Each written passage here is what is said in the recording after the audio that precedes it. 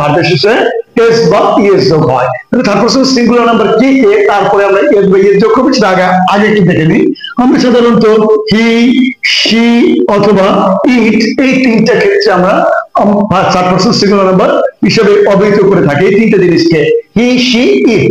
ইটের মধ্যে আবার আমরা বেসিক্যালি বিভিন্ন ধরনের নাম, যেমন রহিম, করিম, যদু, মধু, আমার বাবা, তোমার বাবা, তার বাবা, এই যে নামবাচক শব্দগুলোকে আমরা থার্ড পারসন সিঙ্গুলার নাম্বার বলতে পারি।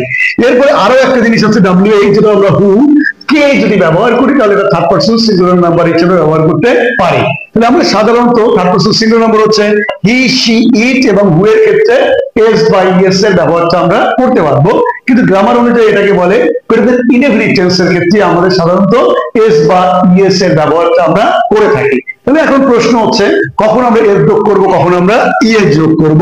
নিয়মটা খুবই সহজ এবং সিম্পল, যদি একটু মনে রাখি তাহলে আমরা আজীবন এই জিনিসটা আর ভুল করব না। আচ্ছা, আমি একটু জেনে রাখি, কোন একটা ইংরেজি ভার্বের শেষ অ্যালফাবেট যদি হয় ও, আবার বলে রাখছি, কোন একটা ইংরেজি ভার্বের শেষ অ্যালফাবেট যদি হয় ও, অথবা যদি হয় এস এস, অথবা যদি হয় এস এইচ, নতুবা যদি হয় সি এইচ, নতুবা যদি হয় এক্স এবং জেড, তাহলে আমার সাথে একটু বলার চেষ্টা করেন আপনারা, কোন একটা ইংরেজি ভার্বের শেষ অ্যালফাবেট যদি হয় O, S S, S H, C H, X এবং জেড,